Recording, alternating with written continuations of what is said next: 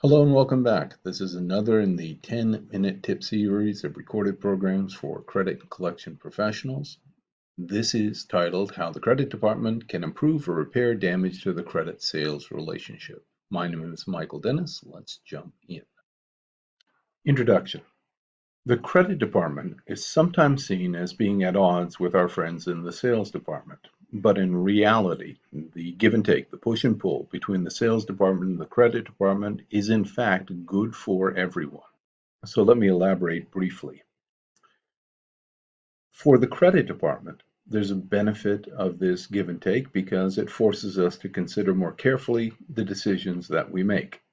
For the salesperson, the benefit, of course, is that we're carefully considering the decisions that we make. For the customers, there's a tangible benefit if we are more careful and more relaxed in our credit decision making. And for our employer, there's clearly a benefit of due care and attention being given to every single credit decision. Having said that, disagreements with salespeople are unavoidable. They are inevitable. Often, disagreements relate to the amount of credit risk that we consider to be acceptable, as manifested by a credit limit, or in some cases, just a decision that we will not extend credit to a customer or an applicant. The best way that we can handle disagreements with our friends in sales is to base our decisions on what I would describe as the right understanding of our employer's tolerance for credit risk. And of course, that is easier said than done. How relationships between sales and the credit department get damaged.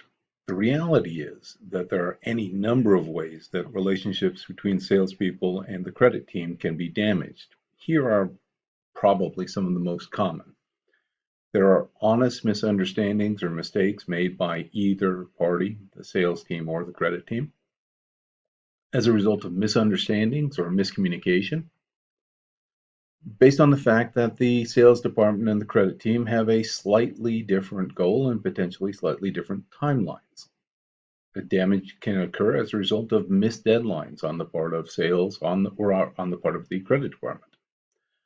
Another potential damage area is unreasonable expectations being set by one party or the other.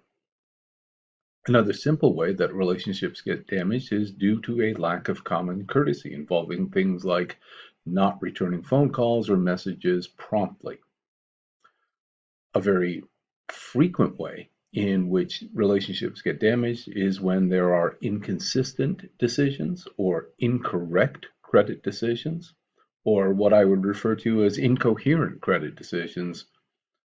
And the latter, the incoherent concept, really means a credit decision where the decision maker can't articulate, can't explain, can't describe to the salesperson why their decision is in fact the right decision.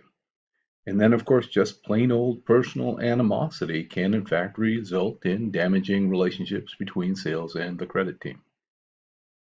So I think it might sound a bit cliche or trite to say to someone, try to avoid avoidable errors. But I want to focus on a certain type of mistake or error or problem in the credit department that results in a very real sense from a personality flaw on the part of someone on the credit team. I'm talking about mistakes that result from, as an example, arrogance or, unfortunately, incompetence, or just plain old laziness, or mistakes that damage relationships, that harm the business in a very real sense, that result from poor communication skills, or a lack of effort, or willful ignorance on the part of someone on the credit team. So the 3 C's of better relationships with sales involve cooperation, communication, and courtesy. Let's begin with cooperation. The credit department and the sales team are interdependent, not independent. We need the salespeople. Without the salespeople, there would be no sales, there would be no business, there would be no need for a credit department. So we need to focus on a collaborative, cooperative approach to our interactions with our friends in sales. Communication. We need to find a way to communicate that is effective and appropriate to any given situation. Courtesy, the third C. Communication and cooperation require at a minimum a certain degree of business courtesy in order to be successful. And, as an alternative, openly hostile relationships between sales and credit, which I see from time to time as a consultant, cannot and will not and do not produce an optimum outcome for either the sales department or the credit team, and I would add, nor do they provide optimum outcomes for customers or for the creditor company. Better communication between sales and credit. Communication between sales and credit needs to be timely, it needs to be honest, it needs to be as detailed as possible, and it needs to be substantive rather than superficial.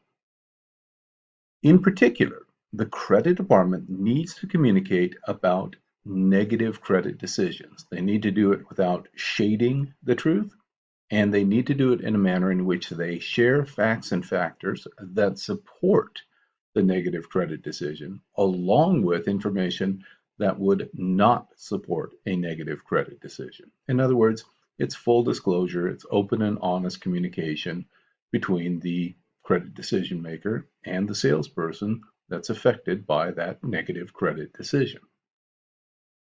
As with many things in life, consistency is key. Consistency in the way that we make credit decisions is a key to building our credibility with the sales department. On a previous slide, I talked about inconsistent and/or incoherent credit decisions. Those types of decisions erode confidence in the credit department in the entire process of evaluating and managing risk by the sales department. If they cannot figure out why we're making the type of decisions we are, and we're not able to articulate that, to them, those decisions appear inconsistent or incoherent. If you have not done so, please investigate the use of credit decision support software to improve consistency in the decision-making process. Why? Because this type of software makes it easier for the credit department to make faster and better and more consistent credit decisions. Whether or not you have decision support software, the important thing to remember is there has to be consistency within the department, between and among the credit decision makers, about what is or is not an acceptable risk.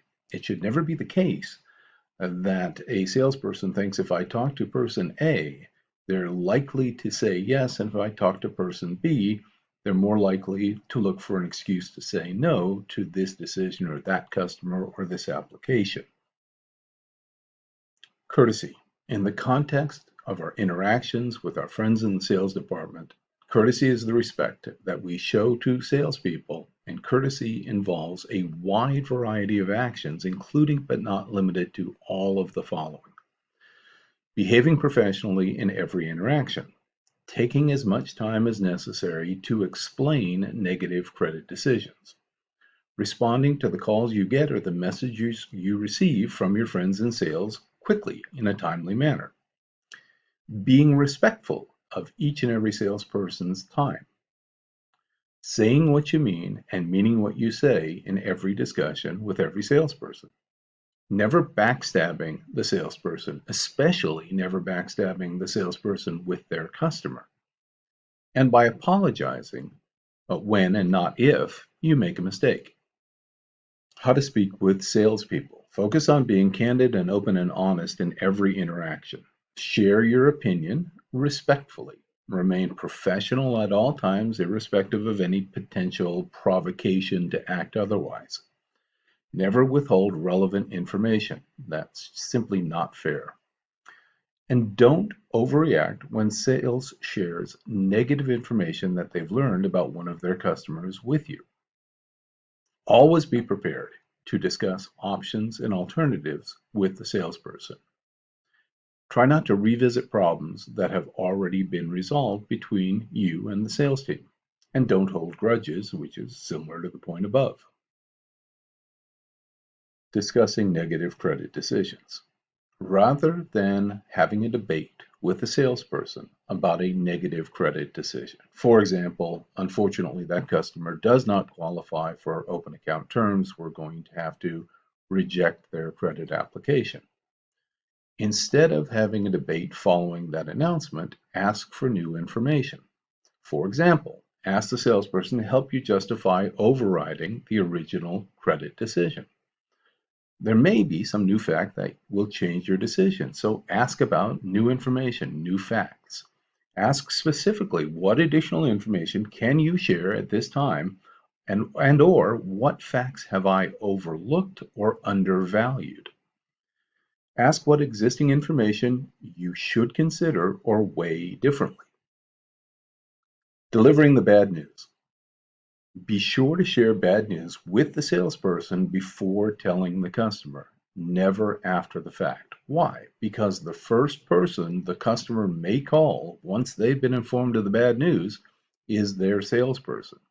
And honestly, it's unfair to the salesperson for that phone call to come as a surprise. You might also want to give the salesperson the option to notify their customer of the bad news, but that is an option, not an obligation on their part to do so. As always, thank you for attending. Thanks for making it this far. I see I ran a little bit late in this presentation. If you'd like to learn more about building bridges and mending fences with sales, please contact the sponsor, Wisconsin Credit Association, and ask about this and other on-demand programs. And have a great day. Take care.